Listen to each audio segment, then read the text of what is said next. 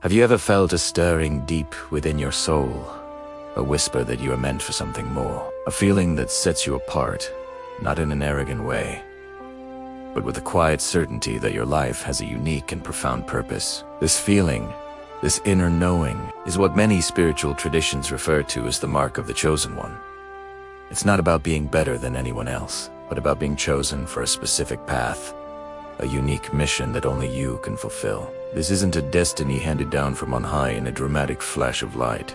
Instead, it's a seed, a divine spark planted within you, a secret God, quietly growing, waiting for you to recognize and nurture it. Think of it like a gardener tending to a rare and precious plant. The seed is there, full of potential, but it requires the right conditions to sprout and flourish. It needs your attention, your belief, and your willingness to clear away the weeds of doubt and fear. This inner God isn't a separate entity to be worshipped.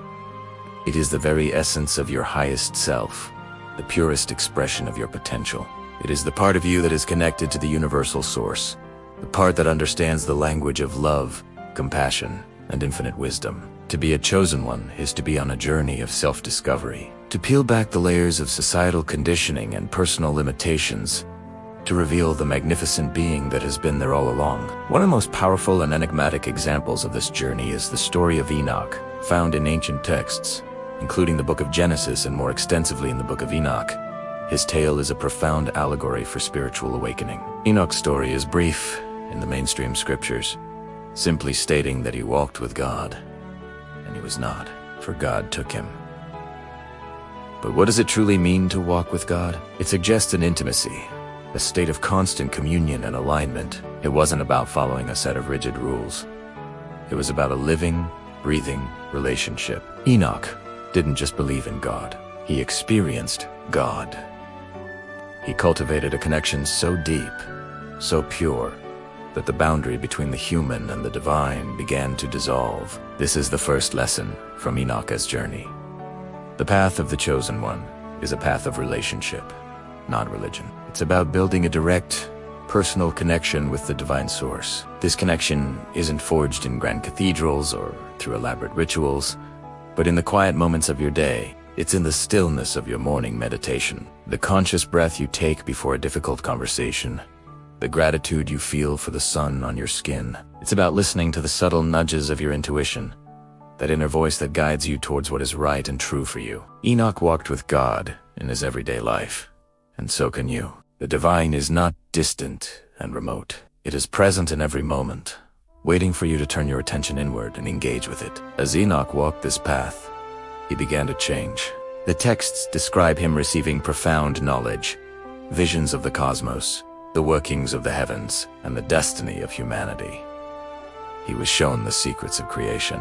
This symbolizes the second stage of the journey, illumination. As you nurture the divine spark within, your perception begins to expand. You start to see the world, not just with your physical eyes, but with the eyes of your soul. You begin to understand the interconnectedness of all things, to see the patterns and synchronicities that orchestrate the grand symphony of life. You gain insights that seem to come from beyond your own mind. This is the secret God within you waking up, sharing its wisdom, and revealing the deeper truths of existence. This process of illumination isn't always comfortable. It can be disorienting to have your old beliefs and perceptions challenged. You might feel like you no longer fit into the world you once knew. Your priorities shift. The things that once seemed so important, material possessions, social status, the approval of others, begin to lose their hold on you. You start to value peace, love, and truth above all else. This is a sign that you are shedding the old self, the limited ego, to make way for the emergence of your true divinatory. Like Enoch, you're being shown a higher reality, and this new vision inevitably transforms how you live your life. The book of Enoch details his transformation into the archangel Metatron, the scribe of heaven. This is the ultimate stage of the journey, apotheosis, where becoming one with the divine. Enoch's physical form was transfigured. He didn't die in the traditional sense.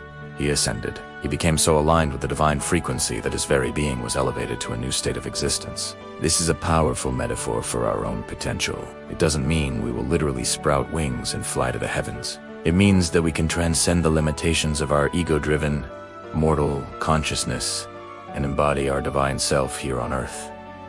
This is the secret God fully awakened. When this happens, you become a living conduit for divine energy. Your actions are guided by love, your words are imbued with wisdom, and your very presence has a healing and uplifting effect on those around you. You are no longer just walking with God. You are an expression of God in the world. You become a beacon of light, a way shower, helping others to recognize the divine spark within themselves. Your purpose becomes clear: to love, to serve, and to contribute to the awakening of humanity. You become a co-creator with the universe, consciously shaping your reality and contributing to a better world.